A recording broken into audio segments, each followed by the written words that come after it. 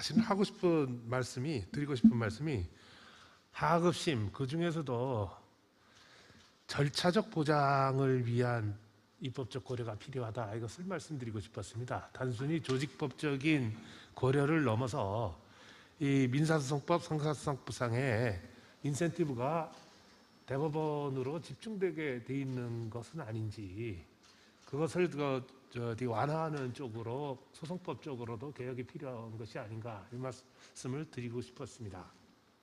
사실 대법원에 상소하는 거야 원심 재판에 불만이 있을 거라고 가정합니다만은, 물론 대부분의 어떤 경우에는 한 반수 이상이다 이렇게 생각할 수도 있겠고, 어떤 경우에는 아닐 수도 있겠다 이렇게 생각할 수도 있겠습니다만은, 전략적으로 재판의 지연을 목적으로 하는 경우도 많다. 이 44페이지에 이제 조사가 나오거든요. 법률 전문가들의 그 조사 결과로, 의견으로.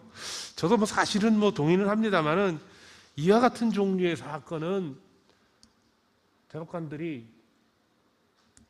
효율적으로 빨리 쳐내고 있고 또 그렇게 가정되고 있는 거라고 생각하고 있습니다. 대법관들이야 지금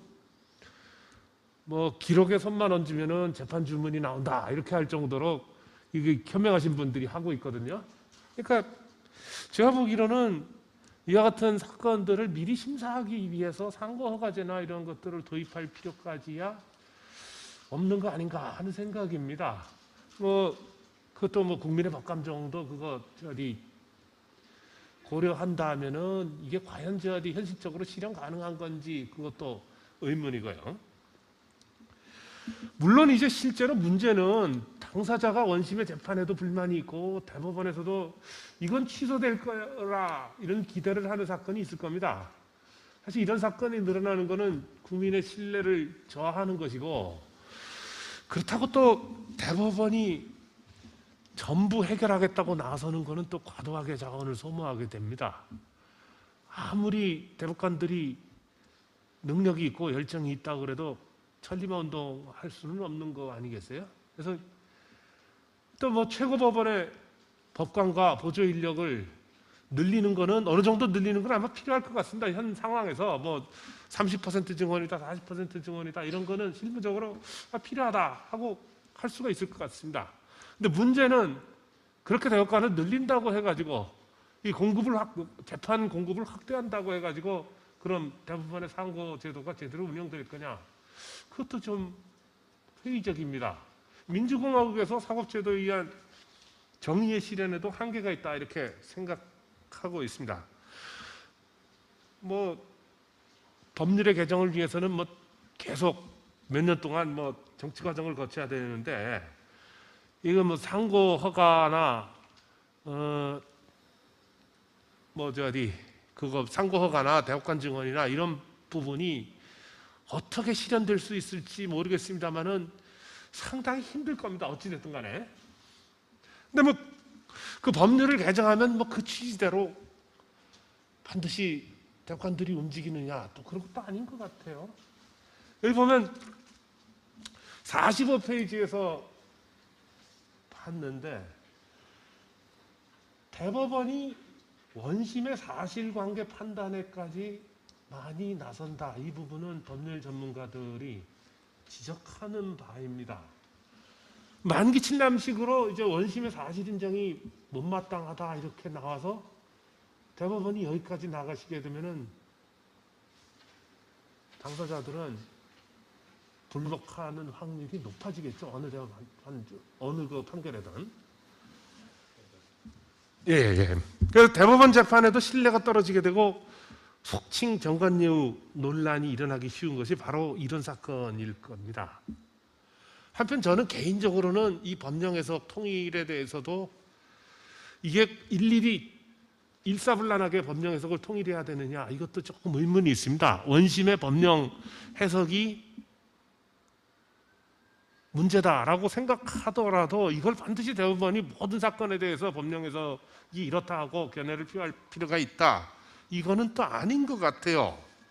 예를 들어 구체적 사건에 관해서 대법원에서 어느 조문의 단서를 해석함에 있어서 이런 것들은 좀 신중하게 해석해야 된다, 이런 일반적인 법리를 해설을 하면서 그 판결을 변경하는 선례가 생기게 되면은 하급심으로서는 일반적으로 그냥 쭉 따라가게 돼 있어요. 그래서 하급심 법관으로서는 판례가 법이다 이런 식으로 인식하게 되고, 구체적 사실 관계에 맞는 타당성 있는 재판을 주저하고, 비슷한 사건이 있으면은 대법원의 판단을 기다리는 식으로 소극적으로 행동하게 됩니다. 그래서 사실은 실무가로서는 하급심의 사실상 법률상의 판단을 존중하는 방식으로 대법원이 좀 변할 필요가 있지 않나 하는 그런 생각입니다. 사실 거의 모든 재판은 지금에도 대법원까지 거의 안 갑니다. 어쩌면 뭐 서민이나 중산층까지 이렇게 이른 사람들도 대법원까지 재판 감당하기는 그렇게 쉽지 않거든요. 그래서 이 대법원 재판을 구체적으로 말하자면 그 진실은 사실 아무것도 모르는 거 아니겠어요? 진실에 맞는 재판을 하자, 이렇게까지 끝까지 관찰하게 되면은 굉장히 요즘 말로 가성비가 떨어지는 그런 테마 같습니다. 그런 의미에서 저는 뭐 상고 허가제나 뭐 이런 데는 회의적이고, 대법관 증언 같은 경우는 사실은 우리가 어느 정도 계속 꾸준히 사건이 증가해온 추세가 있으니까 뭐 실무적으로 받아들일 수 있다고 봐야 할 것 같습니다. 근데 이것이 해결 방안은 아닌 것 같습니다. 그러면 어떻게 생각해야 되느냐? 상고제도 남용될 수 있다. 시간을 끌기 위해서 남용되는 전략적인 상고, 이 부분은 전문적인 대법관들이 지금도 충분히 쳐내고 있고 앞으로도 계속 그래야 된다고 생각합니다. 뭐 사실상의 판단, 원심의 사실상의 판단, 법률상의 판단에 대해서도 엔간하면 건드리지 않는 쪽으로 대법원의 재판이 전환돼야 되는 거 아닌가 싶고요. 하고 싶은 말씀은 그겁니다. 하급심에서 당사자들이 불만하는 거는 딱 하나입니다. 충분히 들어주지 않았다는 거. 재판이라는 것이 들으라고 있는 거잖아요. 들어주지 않았다는 것이고, 그 듣는 것의 최고 핵심에는 증인과 당사자 신문이 있거든요. 또 어떠한 그 증거 채택에 있어서 증거 방법을 제출했는데 그것을 제대로 채택을 안 해줬다, 이런 것이 문제입니다. 그래서 사실은 저는 상고심보다는 사실심이 충실화되는 것이 필요하고, 그렇다고 뭐 사실심에서 이 사실심리가 진실에 맞는 사실심이어야 된다, 이거 고집할 것도 아닌 것 같아요. 사람이 하는 일이거든요, 재판이.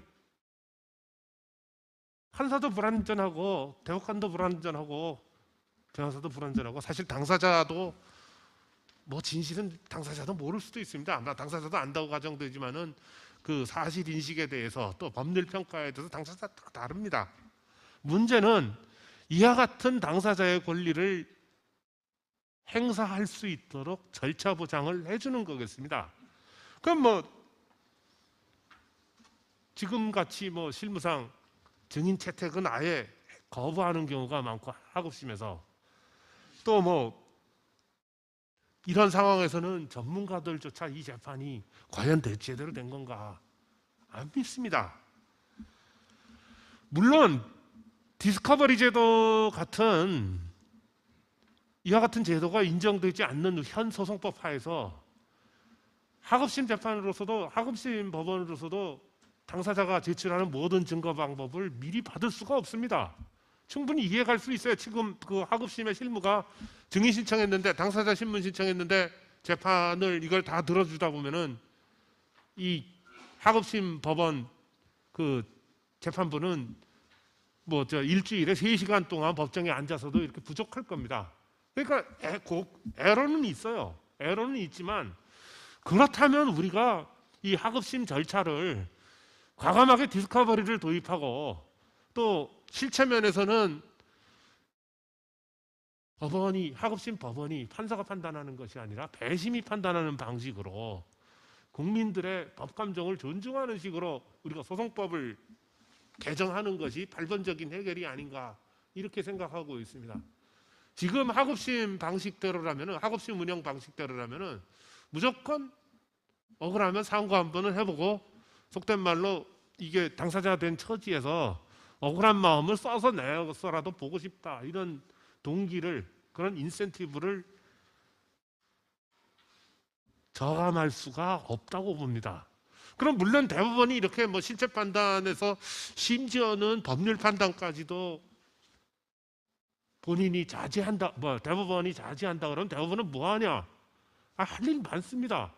전국에 걸친 법관의 그 절차 보장이 어느 정도 되고 있는지 그 법관 평가를 보고 인사를 행한다는 것이 그 한 방법이고, 또 뭐 학업심에서 뭐 재판 기피 신청이 올라왔는데 이게 도대체 무슨 이유가 있는지, 뭐가 불만인지 한번 조사를 할 수가 있고, 또 재판의 판결이나 기록 같은 것도 적극적으로 뭐 공개하는 방식으로 갈 수도 있고, 여러 가지 할 일이 많습니다. 이거는 학업심에서 절차 보장이 지켜지고 있는 것을 대법원이 감시하는 것만으로도 엄청난 일거리라고 생각합니다. 저는 개인적으로 그 말씀을 드리고 싶었습니다. 앞에 두 분 발표도 기회를 같이 하는 것이라고 생각합니다. 감사합니다.